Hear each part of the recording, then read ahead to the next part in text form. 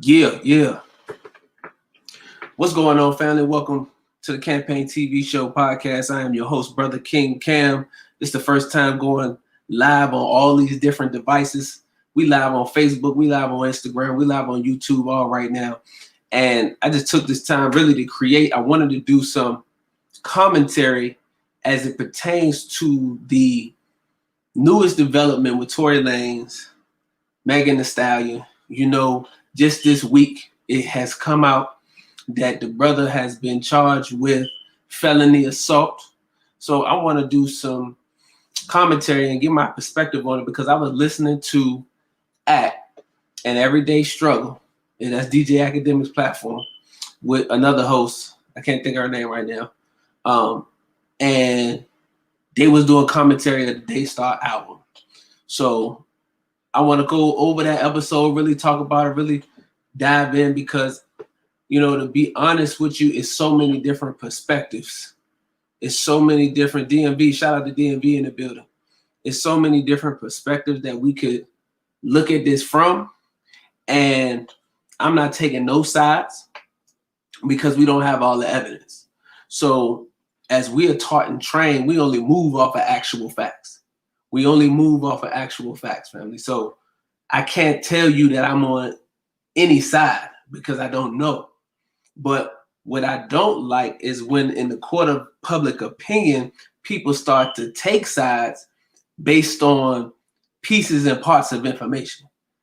Because you're dealing with a lot of different moving parts right now. You're dealing with people's careers, livelihoods, children at stake right now. Character assassination. All of that's at play right now. So we got to be very careful about what we say, how we say it, and how we dealing with people, especially in the public eye. So let me go ahead and get my screen pulled up because, like I said, we're going to do some commentary. And, man, we just going to go, and I'm going to just give my thoughts on it because I think it's important. Now, let me show y'all the article. Instagram, you can't see the article. You got to go over to Facebook or YouTube to be able to see the article. So look, all right. Tory Lanez charged with felony assault and Megan Thee Stallion shooting faces almost 23 years in prison. So that just came out this week. That just hit this week, October the 8th, 2020. And this is the complex article that I'm about to read to y'all. I have all faith in God to show that love to all my fans and people that have stayed true to me and know my heart, Lanez wrote on Twitter. A charge is not a conviction. If you have supported me or Meg through this, I genuinely appreciate you. So that was a tweet that Tory Lanez put out this week. It says that Tory Lanez has been hit with felony assault charges in connection to the July shooting incident involving Megan Thee Stallion. The Los Angeles County District Attorney's Office confirmed the charges on Thursday, less than 2 months after Megan publicly accused Lanez of shooting her in the feet during an altercation in the Hollywood Hills. Per the DA's office, the rap artist, known as Tory Lanez, has been charged with assaulting a female friend in the Hollywood Hills earlier this year. Los Angeles County District Attorney's Office announced today Daystar Peterson, aka Tory Lanez, and his album that came out is Daystar, titled Daystar, was charged today in a case to get a case number with one felony count of assault with a semi-automatic firearm, personal use of a firearm, and carrying a loaded unregistered firearm in a vehicle. The defendant also faces a gun allegation that he personally inflicted great bodily harm.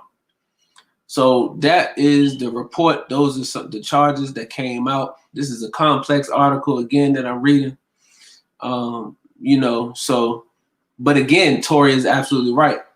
Charges doesn't mean conviction. Just because you've been charged with something doesn't mean that you're guilty of it.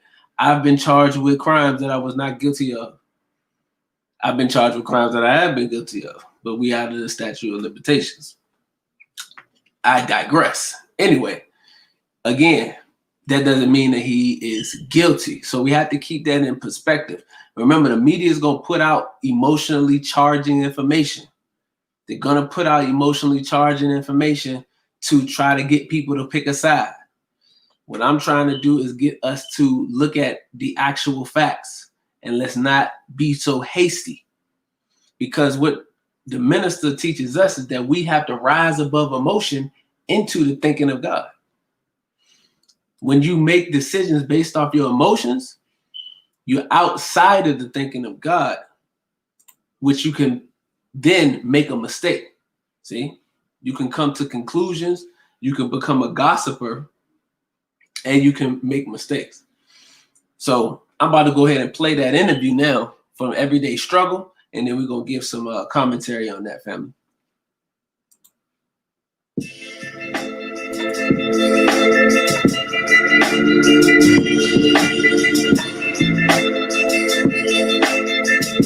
What's going on, guys? Welcome back to Everyday Struggle. Wayno can't be with us this week because he needs to be with his family, so we're sending him some love. So today, it's just me, Academics, and our friend Justice from Love Renaissance, who was with us on the show a few weeks ago. Justice, welcome back. It's nice to have you. Thank you for having me, guys. Yo, Justice, great to have you. To my teammate Wayno, listen, yo, my hearts and prayers go out to you. You my guy. You know, we're going to hold down for you always. Oh, yo, can I say something real quick? Hey, this is for the audience, and I don't even know if the Deska knows because it was before you hopped on.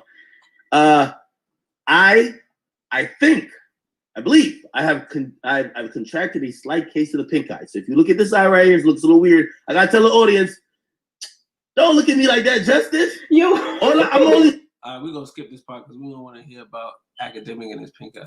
Just be aware. The shooting, calling out, breaking his silence. Justice, I'm kind of sorry that this is the episode you had to sign on for, but anyway, let's get into this. So we've all been waiting a few weeks to sort of really hear, honestly, just from the police, like what really happened between Megan and Tory Lanez. But of course, we were believing the victim here. Tory hasn't said anything for the past couple months.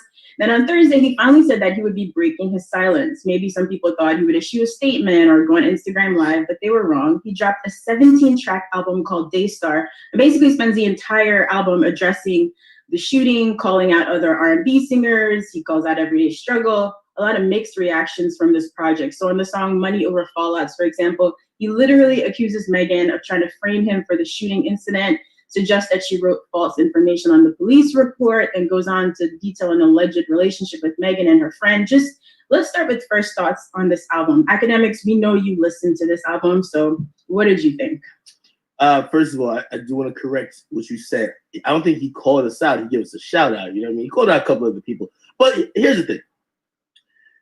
And this is what I'm saying. There's a lot to unpack. Do you want to know my thought of him dropping an album at this moment, or how? Yeah, what do you think about? Yeah, we don't care necessarily about how great you would rate the album musically speaking. We could save that, I guess, for later in the show. What did you think about him using this project to respond, and not necessarily just respond or try to defend himself, but also point fingers and point blame and call out other people who tried to defend Megan? Sorry, that's what I should have asked from jump. I do believe it was a ballsy move, but I also believe it was, if you ask me, a dumb move. By the way, let's put this in perspective. Tory Lanez, after pretty much 2 or 3 whole successful months of doing quarantine radio, everybody loved him. Everybody, Tory was one of the most likable people, and a lot of that, likability cachet came from not music. Not that we thought he was a bad guy ever, but he was entertaining us. He was doing the right things. He seemed super respectful in some extent, right? And people loved him. This made people say, "Whoa, he probably isn't that guy." And then we were waiting for his response for pretty much 2 months, and he sat quiet. And when he answered us, this is where the optics look bad. He dropped an album which is for profit. So he could have said any time along the way. Now, I want to go ahead and chime in there because that's been a lot of the perspective, a lot of the mindset. Everybody keeps saying he dropped the album for profit, for profit, for profit. All albums are for profit. So no matter if it was the album that he dropped this time, any other album, the albums are for profit. And Megan is still making money as well. So I don't see how that has anything to do with what's going on. Wait, I ain't do it. Kept quiet. Worked on the album, did it. And again, I'm all for artists, and their right and ability to express themselves through music, but it does make it look funny when the only time you're willing to respond to something that's much bigger than music, which involves domestic violence, hurting especially a Black woman, the only time you're down to respond to it is when you're also dropping a project. So I think it was bad timing. I wouldn't sign off on that if I was his manager, his best friend, someone in his team. But clearly he felt this was the only way to address it, or the way he wanted to. But I don't like how he just dropped this before addressing the people first. Okay, Justice, you run a big label, and you guys. All right, so first, let's just say on this platform, by no means do we disrespect the Black woman or belittle the plight of the Black woman or anything like that. So I want to say that first and foremost as we move through this, because there are going to be people that jump to conclusions. There's going to be people that say because you're not definitively on one side that you're on another side, right? So we're not doing none of that. We are simply unpacking what we know so far and giving some context and some perspective to it, because again, what a lot of us are doing is we are tied up in the emotion, you know, and because rightfully so, the climate has created an atmosphere for emotions. But the minister tells us in study guide number 18, he says, rising above emotion into the thinking of God. See, that's very powerful within the words of the context, because the minister says that God himself is not an emotional thinker. I'm going to let that sink in. God himself is not an emotional thinker. Okay? And from that, when you're able to rise above your emotions into the thinking of God, you can make logical, mathematical decisions based on truth, based on facts, and not based on emotion. Because when you feel some type of way, then your reaction is going to be based on the feeling, not based on the truth. It's going to be based on the feeling. And then later on, when the feelings die down, then that's when you are more susceptible to the truth. But it may be too late. So the minister has said that most of the people that are in jail, most of our brothers and sisters who are in the prison system, in jail, are in jail for crimes of passion. Crimes we committed in a time of passion. Why? Because we was not able to rise above our emotion into the thinking of God. And we did something out of the passion, out of the emotion, which was not the logical thing to do. And it was a decision that we made that we regret till this day. So I think it's very important in our character development that we don't rush to judgment and emotion, but we have to be patient and we have to let all of the information come out before we move forward. As manage some pretty big artists, what's your take on how Tory is handling the situation? I mean, I think it was in poor taste. Like, just to be honest, you know, I get it. I get the path of trying to be an artist, but just like, bro, you can't come out and drop an album. Number one, look at the timing. Like, you know, Twitter was basically saying read the room. You know, it was a day, you know, the Breonna Taylor thing and how people were responding to it. That's one thing. And number two is just like, man, like, bro, you've been gone for so long, for however many months, and you're going to just come back and basically just point your fingers and call her a liar without an explanation. It's like, it's like, oh yeah, you're a liar, and just like, okay, where's the explanation? You just basically said I didn't do it, and I'm just like, all right, cool. So you're gonna do all that and not give me anything? It basically was capitalism at its finest, which, you know, when it's your own people, when it's people you love, it feels a little shaky. And again, I just talked about that, but he said it's capitalism at its finest. Capitalism at its finest. Whatever you're selling as a owner or a producer to a consumer is capitalism at its finest, right? So whether you're selling t-shirts, whether you're selling masks, whether you're selling music, whether you're selling hope, whether you're selling dope, you are a capitalist. So again, I don't see how it's relevant, how you can say because he is allegedly charged in this case, right, that has something that correlates with the capitalistic mentality. I don't understand. I'm trying to see how you tying it together, because just because you on trial don't mean you stop making money. Just because you on trial doesn't mean. And I guess people saying, okay, well, it's because he's trying to do it off of her trauma. A lot of people are saying that it's off of her trauma, right?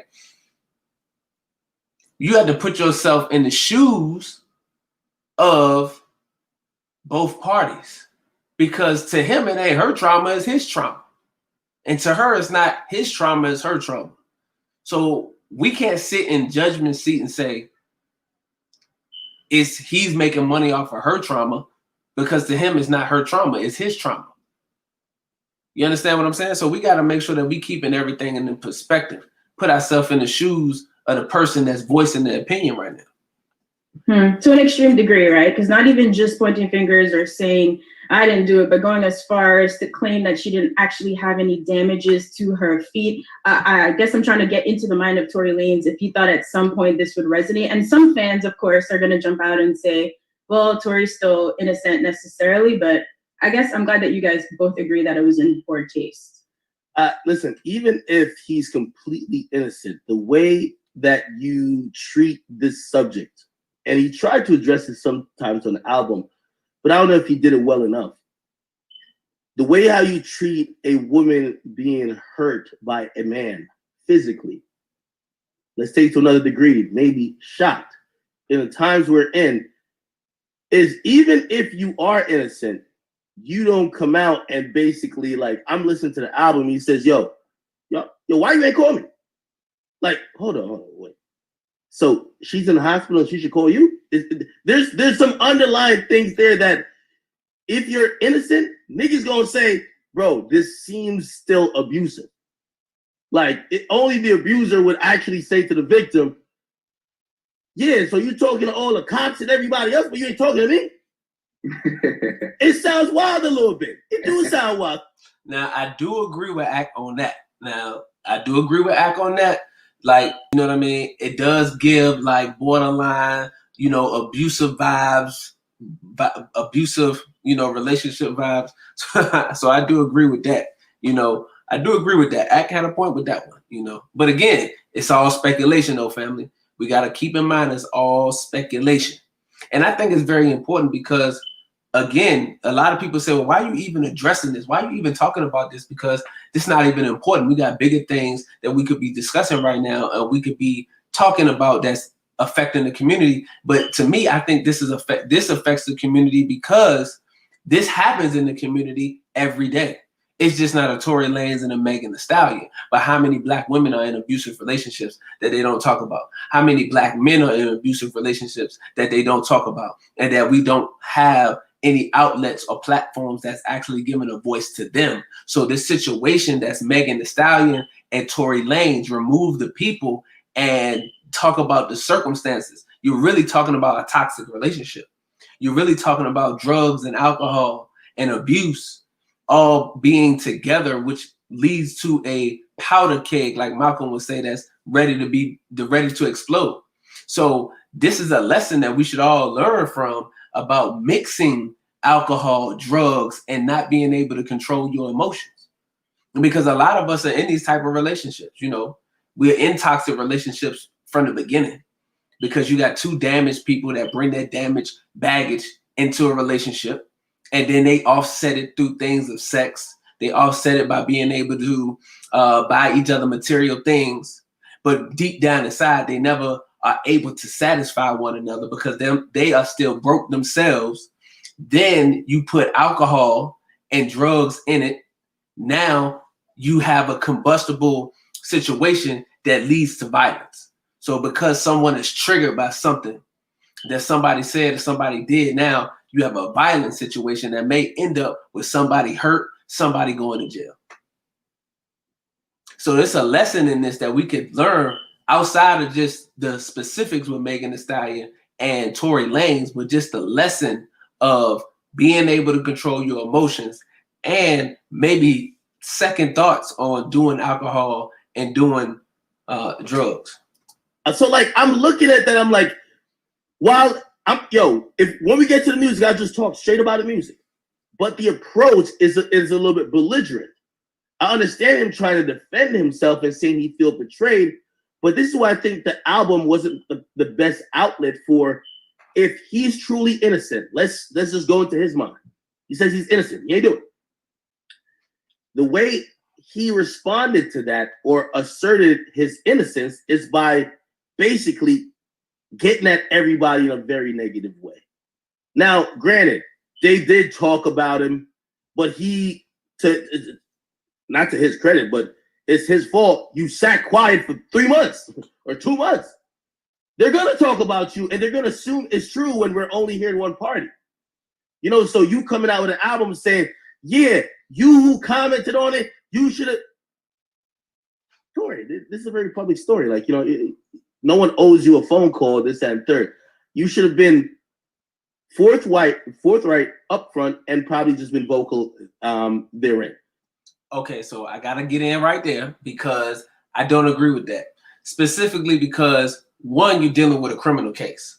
You're dealing with a criminal case, and if you're the one that's charged with a crime, if you have good defense, if you have a good defense team, then they're going to tell you that you need to be quiet. Why? Black people get themselves in trouble with this all the time because we have been taught and raised that if you tell the truth to the police, not tell the truth in general, but if you tell the truth to the police, that everything's going to be okay.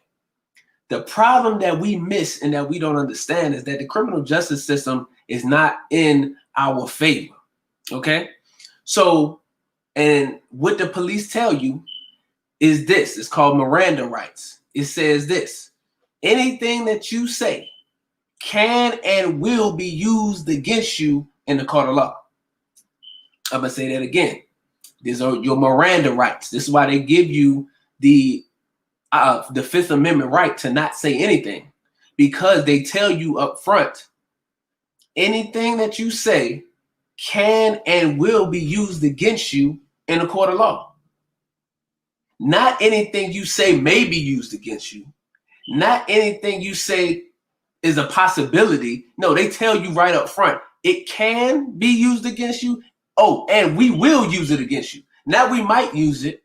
Not that we gonna take it and weigh it out, and if it's good for our case, we'll use it. No, they say we can and will use it against you. So whatever you say, whether you're innocent or not, whether it's the truth or not, they're gonna use it against you in the court of law. So that means, or that implies, that they're gonna twist your words so that they can use it in the court of law. And I think we're misunderstanding that. We're missing that point, which is a heavy point in this case, because again, this is criminal now. This is not just a back and forth thing, a beef on Instagram or a back and forth beef on Twitter where you can respond and different things like that. It's got the court of law, you got the feds in it now. You got the police involved, you got lawyers involved now. So with that, now you got to move strategically different.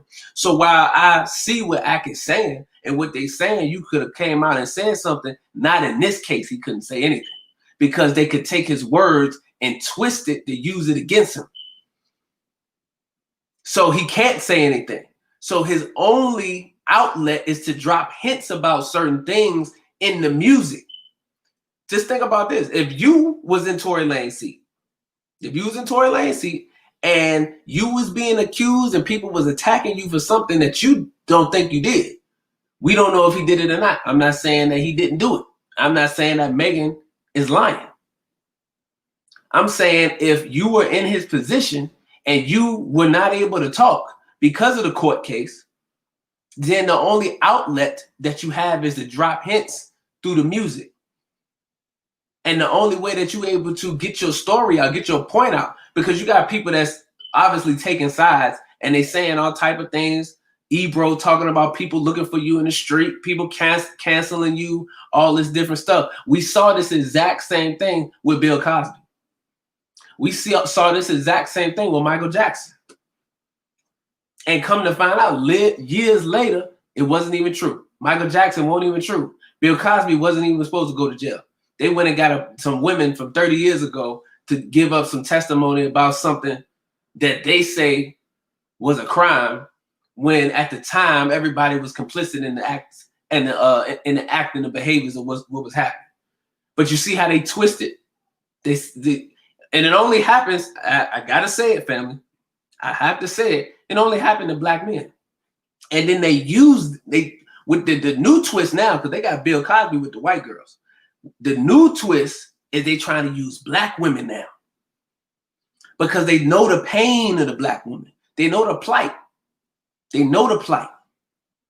So the enemy's so wise, he's using the trauma and the pain of the black woman and now using it and targeting and using the outlet that black women must have to voice their pain and talk about their trauma now, but they're aiming it at black men.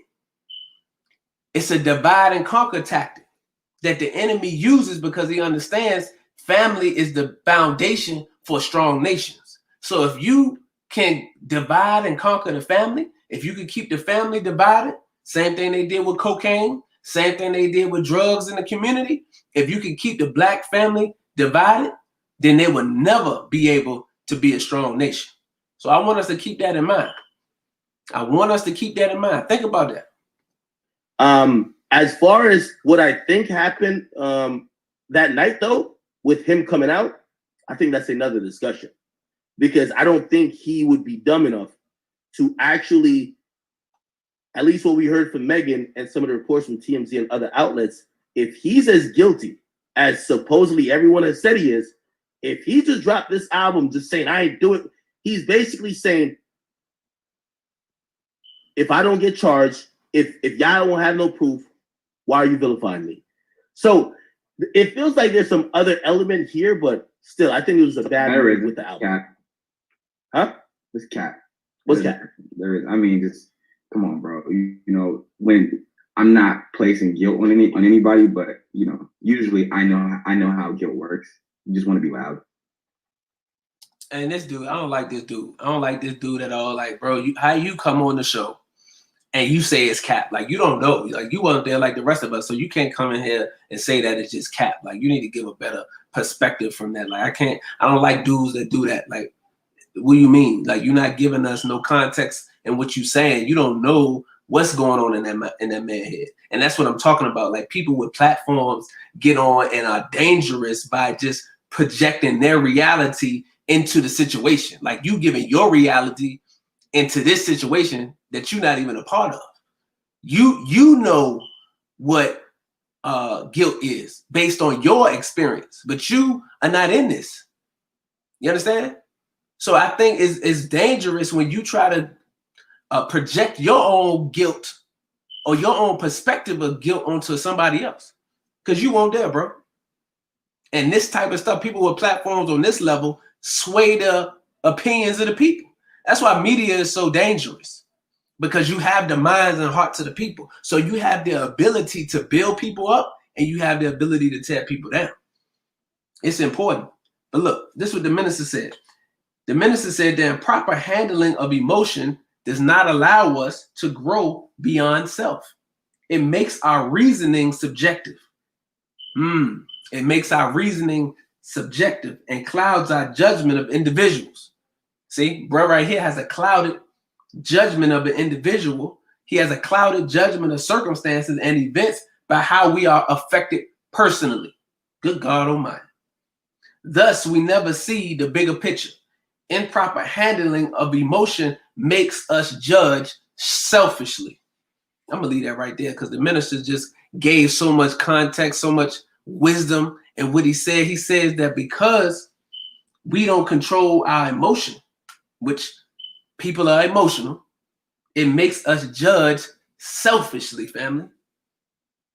Good God Almighty. Now let's keep it moving. Instagram. Get over to Facebook and YouTube right now so we can finish this. Facebook, YouTube, we're going to finish the show. If you want to check it out, get on over there and check it out because my phone is actually dying. So I need to put it on the charger. So get on over there, family. And try to justify your innocence. Like, that makes sense. If you're truly innocent and you're truly, you know, number one, just like sorry or, you know, sad about an unfortunate situation. Hold on. I don't think this album had no apologetic mood. It had the you guys are trying to set me up and frame me. Right. So I just want to be clear on that. Yeah, it had the I'm a black man under attack, which I'm just like, you know, I mean, you can easily try to play that card, but not really, because you know, I still haven't felt like, you know, any sort of humanity in his approach to it or his response to it. It feels all very premeditated. You know, there is no this is actually my friend, it's actually somebody I love. It feels like everything is a play. It's all move, it's all a chess move. And you know, whether you like the chess move or not, you know, it's just like, damn, like, yo, my friend got hurt.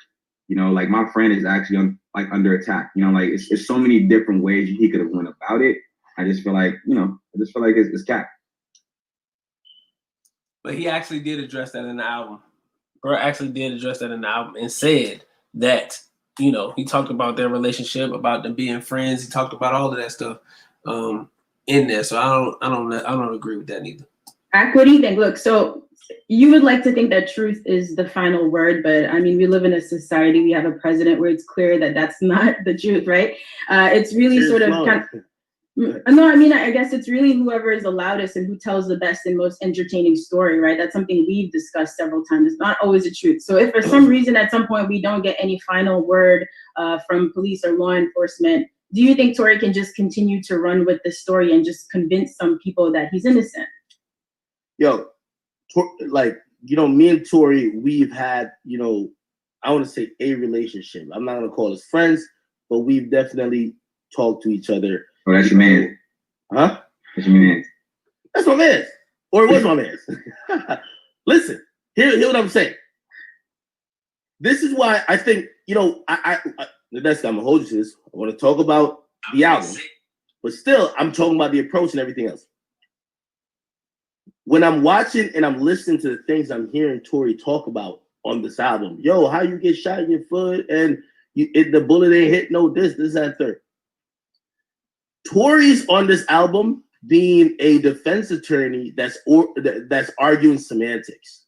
And maybe some fans will actually fall for that. Like in terms of, yo, well, Tory's making a point. Why'd you hop back in a car with him? Damn, how you get shot in the foot? You ain't had no bones broken. Here's the thing that I think that doesn't matter. He's arguing the shit that doesn't matter. He's arguing, imagine Chris Brown coming out and arguing what transpired before he started to do things or he started to abuse Rihanna. Doesn't matter. He's arguing, one thing he forgot 17 tracks. You know what he didn't say? I never fired no gun. Never said that. He never said, I didn't hurt you at all. He's doing the semantics. How'd you get shot? Like, there's a million ways how she could still be hurt because of something you did, and you could still have all the excuses you have. And sure, in your mind, you might be like, oh, she's blowing this up to the media like I just shot her, like, you know, I meant to shoot her, or whatever the case is. But that doesn't matter. The only question that I wanted to be answered on this album, Tory, did you do anything that resulted in her being hurt that night? If the answer is yes, save the details for the court. Because in a court of public opinion, we only care, yeah, she could say she got shot and maybe she didn't get shot, but like something hit her, who cares what happens, right? If you're the cause of it, to people, you're not less guilty. You're just as guilty as if you just shot her. All right, but see, I don't agree with that. I don't agree with that act. And let me tell you why I don't agree with that. Because it's not the truth. See, everything you said was based on feeling, what people think, what people feel, but it's not the truth. Now, I'm not saying that you don't have to be accountable for your actions, because that's one thing that Tory was not sounding like he was doing, was being accountable for his actions, which you have to be accountable for your actions as a man, right? So we have to understand that. But him being accountable for his actions is different than you or the public putting something on him that he didn't do. Like, if he didn't do it, he didn't do it, and you cannot make him guilty of it. You can't. So regardless of them having a conversation or argument or whatever the case may be, and then something physically transpired to Megan, doesn't mean that Tory Lanez is guilty of it. Like, that doesn't make sense. That's like if me and somebody is arguing, then I leave or we walk off somewhere else, and then something happened to them, it's my fault because we got into an argument beforehand. Like, that's not the case. That's not the case. And that's what you're dealing with public opinion. You're dealing with everything is feeling, everything is emotion, everything is, what I feel like should have been done, but that's all based on your own personal experience. So that's why the minister said improper handling of emotion makes us judge selfishly. So because your personal feelings is wrapped up into this, and how you feel and how you think it should be handled based on your personal perspective, then you judging selfishly. You're not judging based on the facts. You're not able to see the bigger picture. So the minister said that it makes talking about emotion, it makes our reasoning subjective and clouds our judgment of individuals, circumstances, and events. Everybody's vision, everybody's reasoning is clouded. And it clouds our judgment of individuals, circumstances, and events. And it makes us judge individuals, circumstances, and events by how we are affected personally. So now an academic is judging it how he is affected personally. The sister that's on his judging it by how she is affected personally. The other brother, same thing. Everybody's judging it based on how they are affected personally. You're judging selfishly. You're not judging on the basis or the fundamental principles of justice. That's why the symbol of justice is blind, because it's not based on personal opinion. It's based on what's right, what's true. That's how you have to go about it.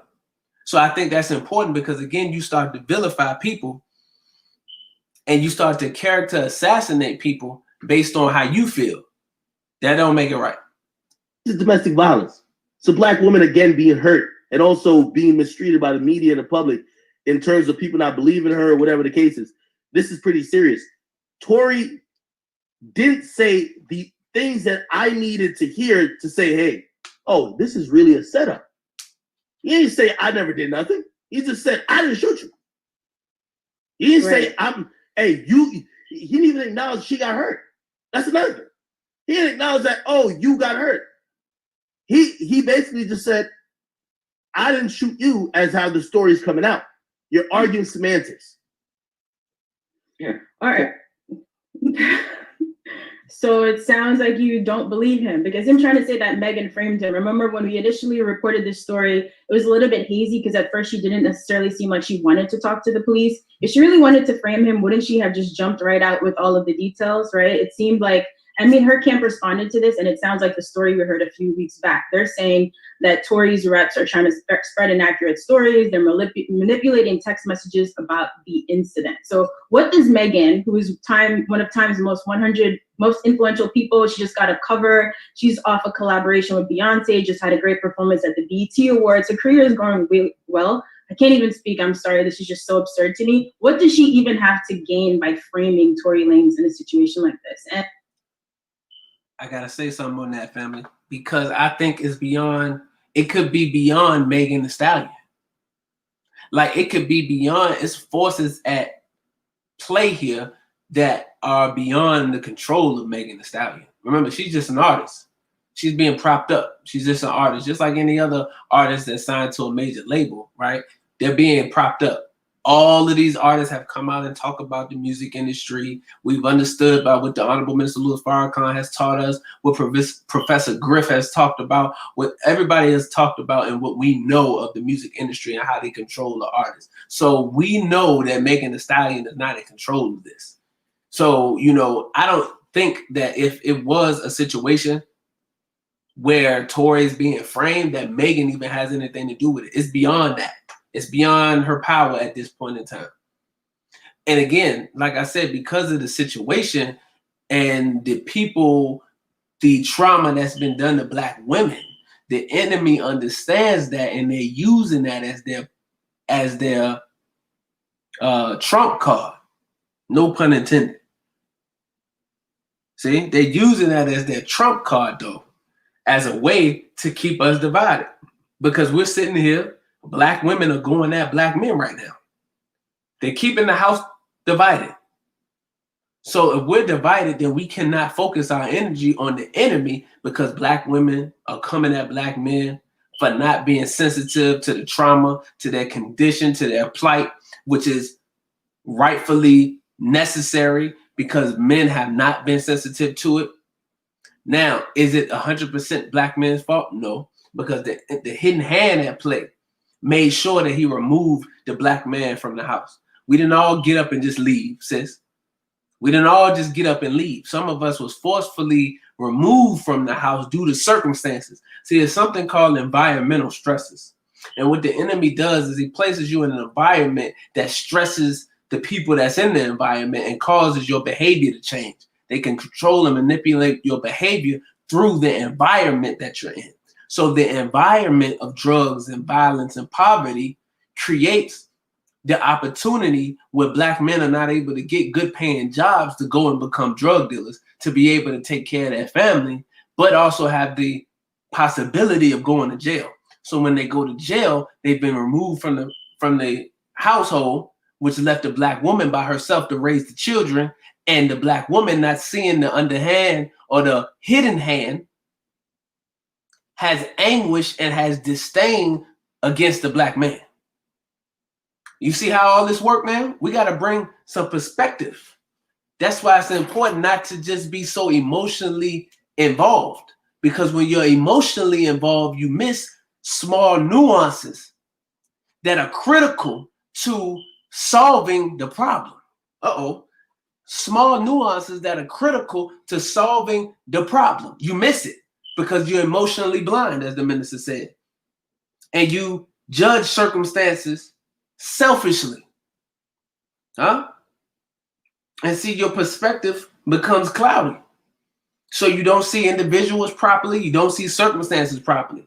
That's why you can go to the enemy and talk to him about trying to reconcile your relationship. Try to reconcile your relationship as it pertains to your children. Going to get child support and all these different things. And I'm not protecting no deadbeats. I'm not talking about them. That's a fact. That's an obvious, right? But we're talking about, just situations where people are not able to communicate, poor communication. So you try to bring them in as a middleman, and their whole intent is to keep you separated and to keep the communication low.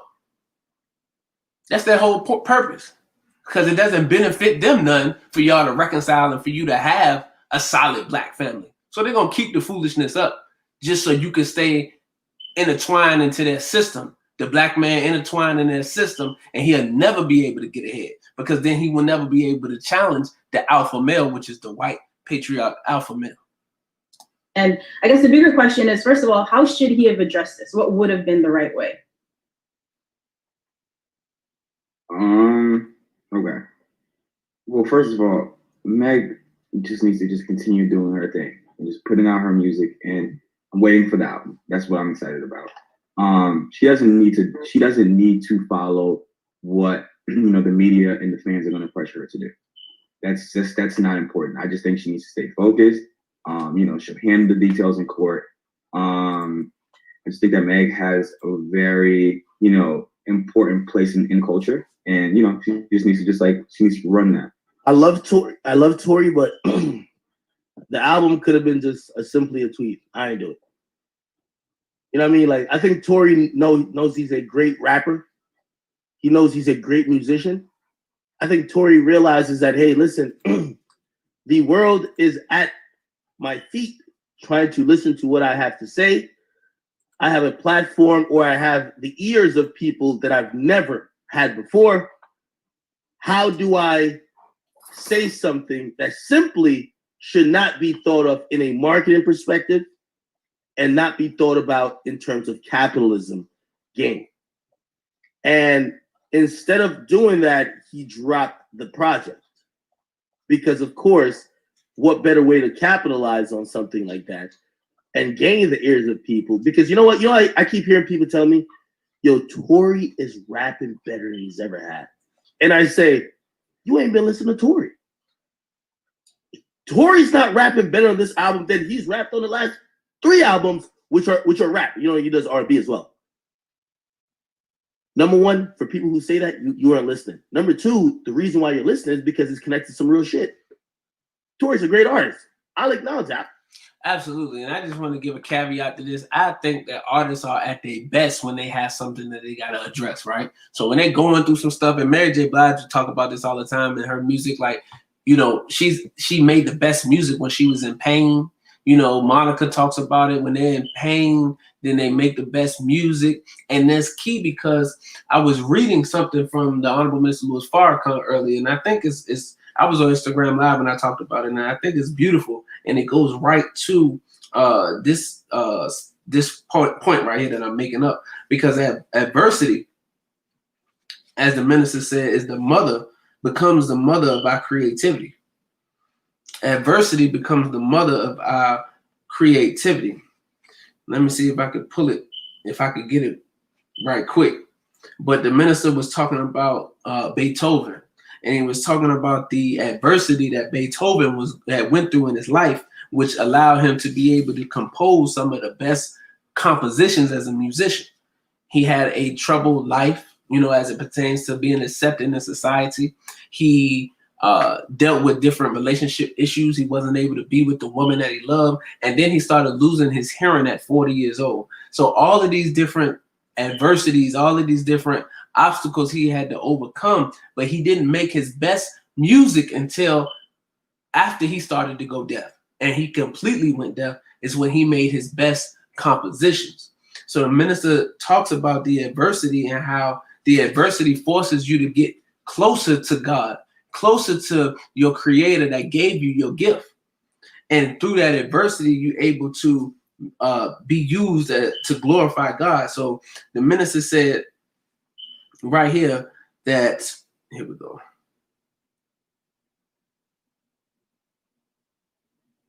Hold on, family.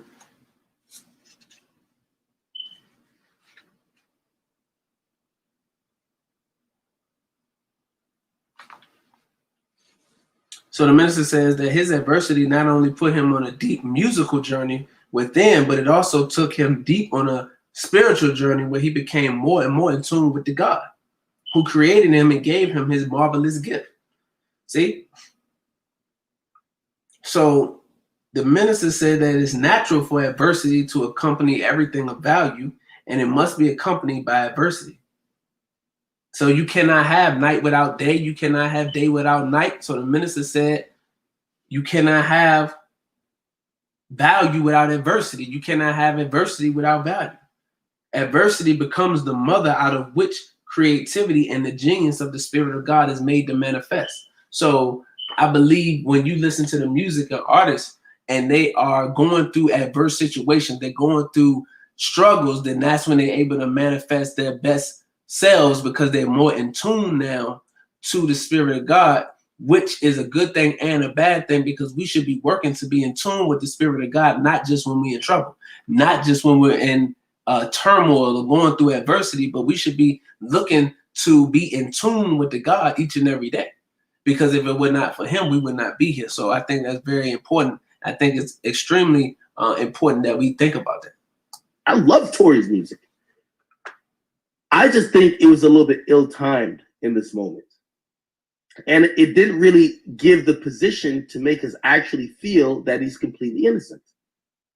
So if it doesn't convey your real true innocence, and it seems if you listen to hold on. Salute to my man Roger who just sent over the rundown. Like, if you see the amount of people he's getting at, when you're charged or accused with certain shit, especially of this magnitude, there are gonna be people talking shit. Yes, there are gonna be people switching sides. If you think that we're gonna go and ignore that Meg got shot, or Meg said she got shot, and we're gonna think about that Masika is talking about you on the gram, that JoJo took you off the album, that J.R. Smith was not rocking with you, like, Bro, it sounded good. I ain't gonna lie to you. I'm listening to shit like, damn, he's talking spicy. He was, because I listened to the whole album several times. Like, I listened to the whole album several different times. And I think Tory felt like it was necessary to address everybody that was coming at him, because at a certain point in time, if you being attacked, you're going to address everybody that was attacking you. You know, so again, they're trying to like marginalize this man's position or what he did, when it would not be justified to marginalize your position if it was you. If it was me, I would do the same thing. Like, come on, bro. Like, it's a lot. Everything's seeming shaky, because not only was he talking about Masika talking about him and Asian Doll and all of that type of stuff, I think J.R. Smith was a little like, just a little shot he wanted to give. But specifically, JoJo and other people who records he was on, he's like, okay, now it seemed like you used me to get money, and now when this situation come up, you trying to distance yourself. See, it was all good when you was getting money off me, when you was eating off me, and that's not right. It's the same thing. Like, if somebody tried to use Megan the same way, that wouldn't be right. Justice, we got to be fair, because if not, then what happens is our improper handling of emotion makes us judge selfishly. I think that's important. But it doesn't really like connect and deal with the issues that are way bigger than music. Because if you ask me, this is a very brilliant album if you only address the music. It sounds great. He's rapping and he's not holding no punches. That's a big if, though. It's cap. It's not even. I get it. Like, album is alright. Like, it's alright. Like, you know, if y'all can see this dude, you'd be like, bro, your fro is cap. Like, you be like, bro, your fro is cap right now. Like, you can't even talk really about what you know what I'm saying, like what's hot, what's not, because you not even like, you know what I'm saying? Like, that's what I'd be like, bro, like, for real. But I digress. He did his thing. It sounds the album sonically, musically, the album is good. It's a solid album. And because he has something to talk about, it's aggressive. You know, it's aggressive music. It's gritty. He got the R&B in there. So just sonically and musically, it's a good album. It's one of the better albums that have come out when you're talking about hip hop. You know, it's not necessarily trap, because you're going to get a lot of trap. You can get your Dolph, you can get your Gotti, you can get your Money Bag, you know what I mean? But you're not really getting nothing with a purpose or substance. I think Tory had a lot of substance in this album. Sounds good, but like, it's not that brilliant. And it's just my take on it. Like, you know, I just think he's a hater, though. Real rap. I just think he's just a hater. Saying a couple things, you know, beat selection is all right, but I mean, truthfully, again, it's just like, bro, if you're gonna maintain your silence for 2 months, yeah, and then now you're just gonna drop an album, like, I'm not telling you what to do, but you also should just maintain your silence. You're not telling him what to do, but you just told him what to do. Because it has served you better in public opinion, because it's just like everybody's looking at you a certain way as, yo, there's clearly an agenda here. And the agenda is to try to figure out who's going to profit from this. Trying to figure out how he's going to profit from this, and also how to, you know, look the coolest. Like, I all the shots that he's firing to J.R. Smith and Seekers and all that, it's just like, it's him just trying to gain momentum and trying to just like, you know, it's almost just like being in school and, you know, in the lunchroom, and, you know, y'all are just like joning on each other, and, you know, you just start catching strays. Just yeah, like, you would have got all the rec in school. Just if you had that fro, you would have got all the rec in school. So like, mad jokes. Just to gain the momentum, and you just come back because people just now on your side. And I'm just like, again, what is at hand? Yeah, nobody would have been on your side, bro. He still never addressed it. He just called her a liar and just kept it moving. Yo, I'm wondering, in strategy wise, and you're from, you know, the label, behind the scenes, marketing, you know, you're from the bigger picture, bigger plan type of shit. Why did this felt like Tory trying to go out like Scarface? Like, they're running into the crib and he said, everybody's getting, y'all don't get me, you got me. But everybody gonna catch a bullet. And I'm looking at that because I'm like, yo, Tory, you were so loved 3 months ago. When you do it like this, you're not gonna get help from DSPs. News or media sites don't want to fuck with you after that because they're seeing that you don't even have that compassion to what that woman is saying. Like, there's no apology on the album. So what's Now, I agree with that. He did not apologize on the album. He didn't outright come out and say that he was sorry. So again, this goes back to exactly what I said earlier. You know, black men, we got to be accountable. We have to be accountable for the things that we do. That's just part of being a man. There's no way around it.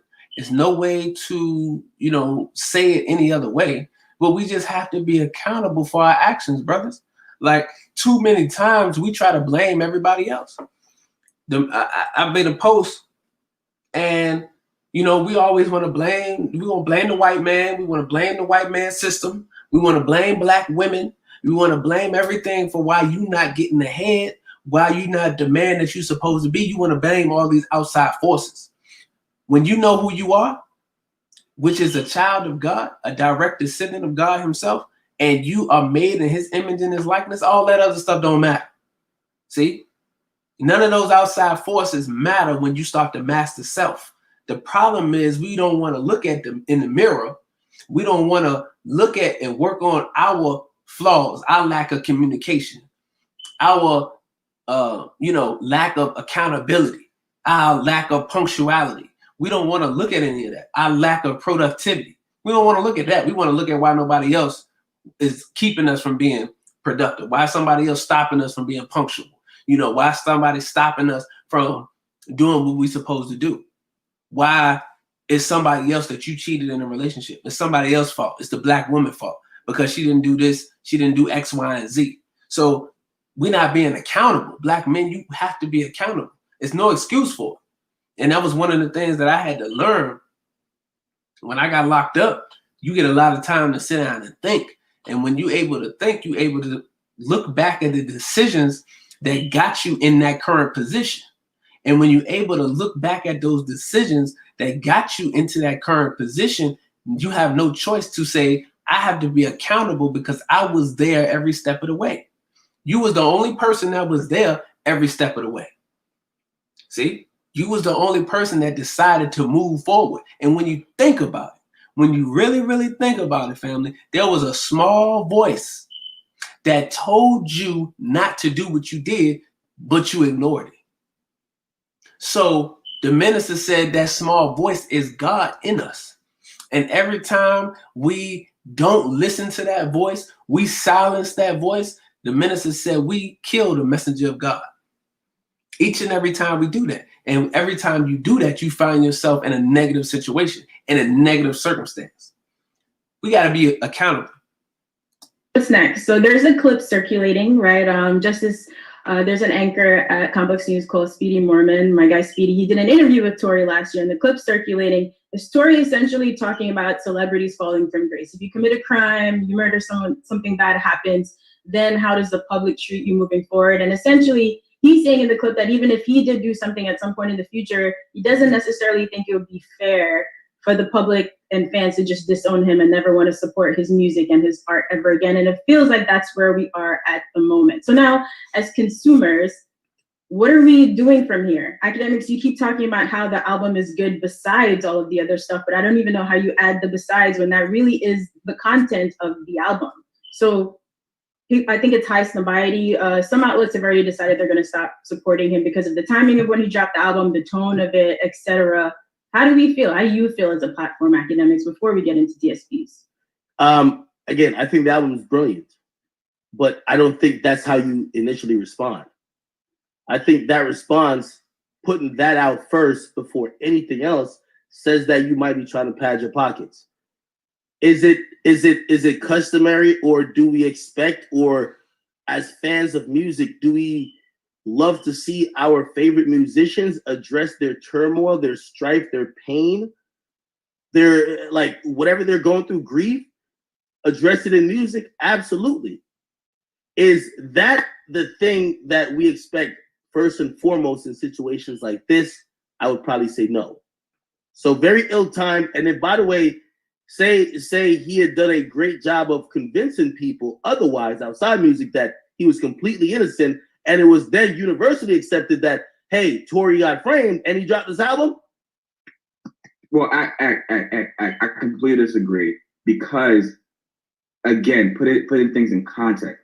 Again, with Tory in particular, if he was an artist like, let's just say, J. Cole or Frank Ocean, right? Or like artists that don't necessarily speak and they put things in the music, but like my man did a whole thing called Quarantine Radio. He speaks a lot and he has a lot to say. So because of that, now taking things into the music contextually just feels off. But if he was an artist that necessarily didn't all. This is a criminal case, though. This is not just a conversation at this point. Understanding that it's a criminal case, he cannot just come out and speak. He cannot do what he was doing on Quarantine Radio. When he was Quarantine Tory, he was not under investigation. There was not an open case. So he could Quarantine Radio. He could talk about different stuff that was going on, but he's not Quarantine Tory right now. So you cannot compare the two. You can't. Even though you want to, you can't. So just throw it out the window. You can't do that. He's under investigation. He cannot say anything in the public if he doesn't want to jeopardize his case. If he doesn't want to jeopardize his freedom, he don't need to say nothing in the public. That's good defense attorney advice. And if you go out and don't listen to what your attorney tell you to do, and then you end up in a sticky situation, that's your fault because you wanted to come out and appease the court of public opinion. But that's not the right thing to do. You got to do the right thing. We always need to be looking to do the right thing. The right thing.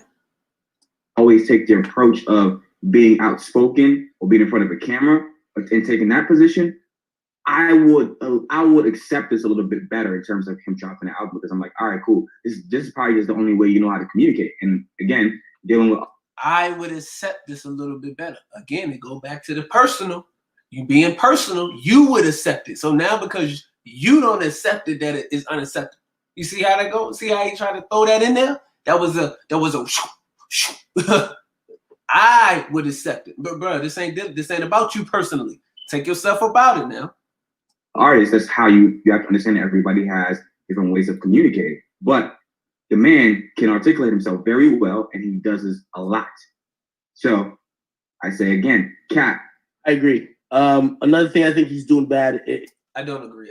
In the album, after the album's up, Rick Ross. And by the way, you dropped this album for it to be a conversation piece. Everyone's going to talk about it. Everyone's going to have an opinion on your timing, on the actual product, everything that surrounds it. Rick Ross was saying it was a poor decision. I think it was very, it felt a little 6ix9ine-ish for him to get a Ross. You can't you versus everyone. That's why I thought that like the Mystique and shit like that, the Mystique and this is and the J.R. Smith, it was highly amusing on an album perspective, but it seems like you're shooting at everybody who ain't just completely rocking with you, which I don't think that's a really good strategy. Address the thing that you've been accused of, address it in a little bit more depth. If you can't speak to exactly what happened, don't speak at all. But once you start speaking, you just saying she's lying is just not enough to let us feel you could slander everybody who said you're either a bad guy or said you did something. And we didn't need 17 songs to get to that conclusion. Now, you know what I'm saying? It's just like there's no depth. There's nothing that goes past, you know, I'm gonna be on my own, you know, like, and which I guess I appreciate the sentiment, but you know, just like, bro, you didn't need 17 records. Yeah. Again, I'm a little torn. I can hear that you're torn, which is what I'm surprised about. I don't know how you could just sort of go into this with really even such an open mind, like knowing what he's talking about. How can you say you still like the album is what I don't really understand. Because I think Tory is expressing a version of his truth. I just don't think his truth matches with the time and match. Okay. No, seriously. and matches with, like, he's saying some shit on there where he's saying, yo, listen, hey, I think I'm gonna talk about you, JoJo, or whoever else, because hey, I've been there and I've held your kid, and damn, I expect you to, before you disrespect me online, you should give me a call. These are actual real things, and I respect that. The thing is that we don't care. We don't hear an album about you and JoJo's relationship and you and some of these other people's relationship. We want to know, did you hurt Megan Thee Stallion that night? So stop dissing everybody around it. What did you do? If you're gonna talk about it, tell us what happened in the car. Did she try to leave? Did she say, Tory, get a fuck? And you see how she don't even want to hear his side? Like, that's just not right. If you want to be about the truth, if you say you want to be about what's right, and you want to talk about justice, and you want to talk about all that stuff, then you got to be real. You cannot allow your emotions to stop you from hearing the other side. And her emotions, sis emotions, is all up in this. Fuck away from me. Why was her back turned? She said her back was turned. What were you doing? You ain't say nothing. You ain't say nothing to those things. You just said you're good. And I understand that it's a very complicated situation, which then I have to question you, why are you speaking at all? Because you still can't give the details that people want to know.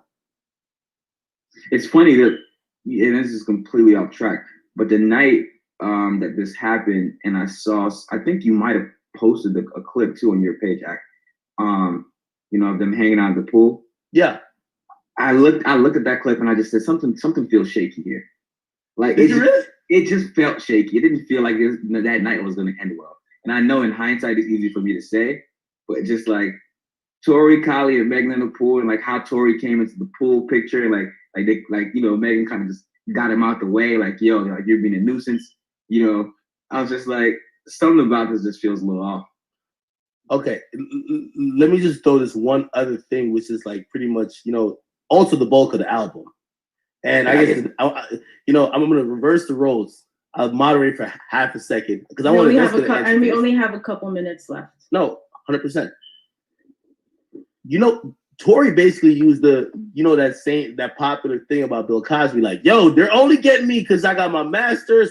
Rock Nation hates me. Blah blah blah. There's entities out there who's creating this.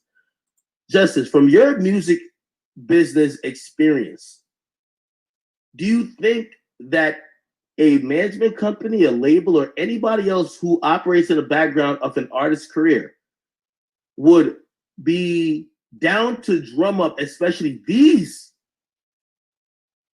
serious accusations against someone, or just drum it up in terms of making their artist a victim to possibly advance their career? Do you are these companies beyond that, or maybe does Tory have a point that we could look into? Anything's possible. I don't put anything. This sounds wild. I don't put anything past anybody in the music business, but this is not helpful. This is not helpful. It really isn't. Like, you know, I don't see anybody that cares about an artist, you know, or doesn't care about artists, to put an artist through this level of scrutiny. You know, this level, like, you know, just emotional, you know, uncertainty about, you know, do I believe her? Do I not believe her? How do I feel? Like, it's like, you know, it's just not worth it. They might as well should have just done a little relationship scandal. That's what it was about, you know. But in terms of, like, bro, getting shot, like 50 Cent, like, come on, bro. Like, right. No.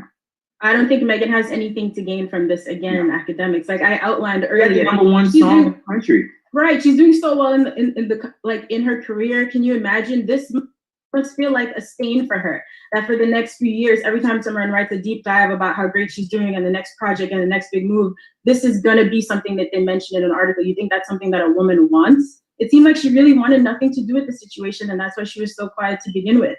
To your point earlier, I think Tory's full of shit. That's my hot take on this. Ooh. And I think he really reacted in the worst way possible. And now there's no sympathy at all. I don't want to hear his music ever again. Look, now, that's exactly what I was saying earlier. So because of the way she feels, she has lost all ability to control her emotion and think logically. Now she doesn't want to hear his music again. She doesn't want to hear his perspective. She doesn't want to hear anything he has to say. That's exactly what she said. Matter of fact, let me make sure I ain't add to and take away from her words now.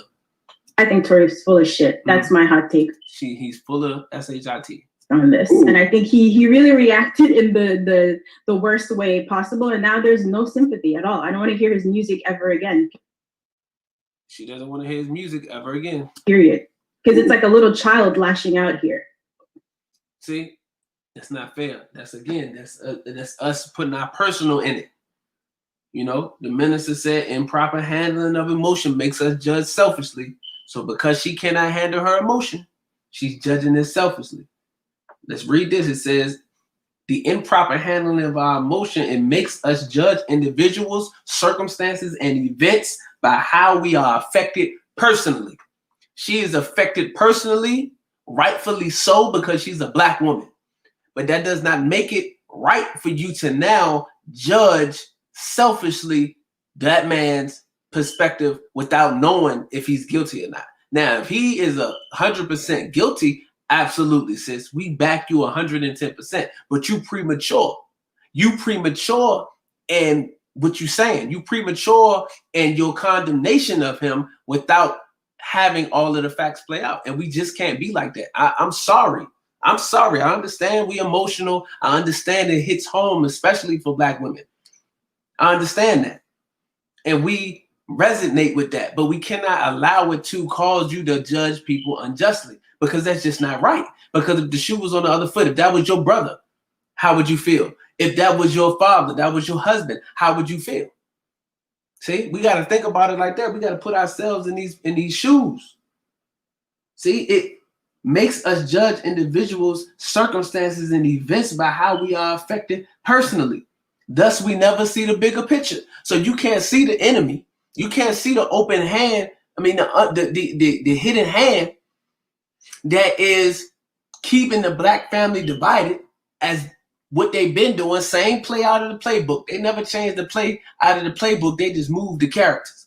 So you got the same play being played out, divide and conquer, the Black man versus the Black woman, tearing down the foundation of the Black family. Meanwhile, you got Black Lives Matter, which is a bunch of women that are promoting non-traditional Black families that completely have a Black man out of the picture. If you go to their website, they don't have not a Black man on the website, but it's Black Lives Matter. And this is the narrative that mainstream media is pushing. Do you see how you being used as a pawn? Do you see how you are being used as a tool for your enemy against your own rise and against your own people? We got to stop that.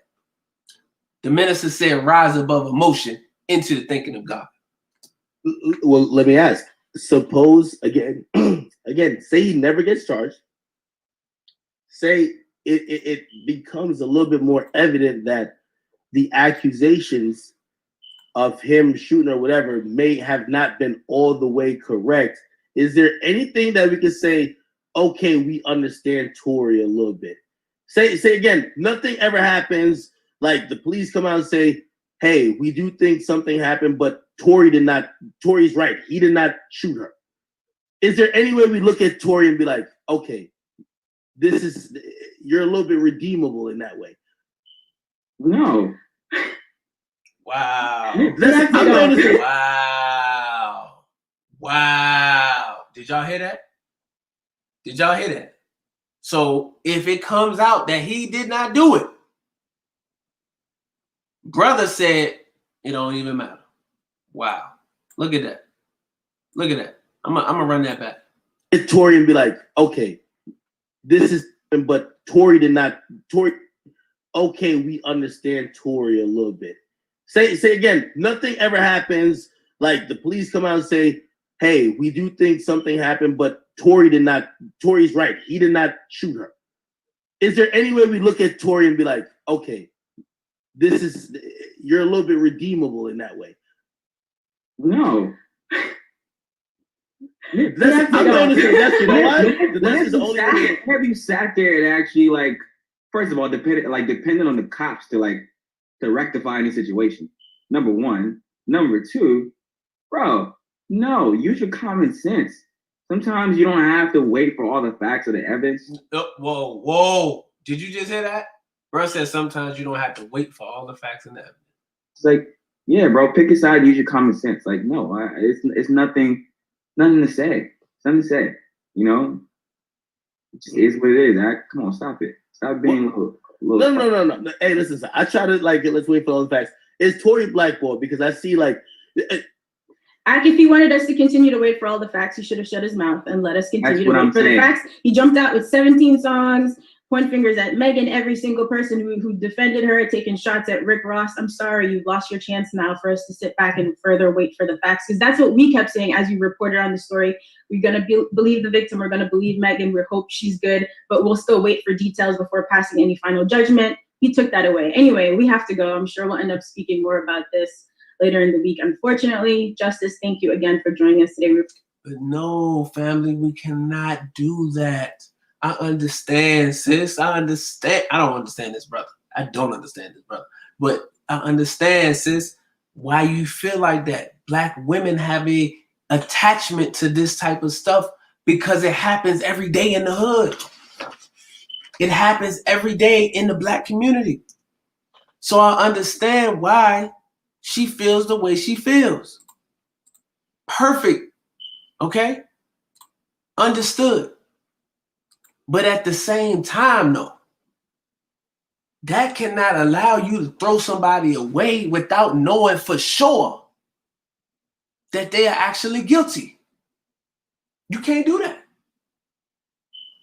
Because if you place yourself in those shoes and you were the one that was potentially to be thrown away, and don't tell me you wouldn't do certain things, because if you're in a criminal investigation, people that say they wouldn't do this and do that, I don't care, I'm gonna come out and say something. Obviously, you ain't never had a case. You ain't never been in the streets. You ain't never had no criminal investigation against you. So you can say all of that. You can talk all fly that all you want to. See, but it's a whole different ball game when you get in front of them judges, when you get in front of them lawyers, them prosecutors, and they coming for your life, right?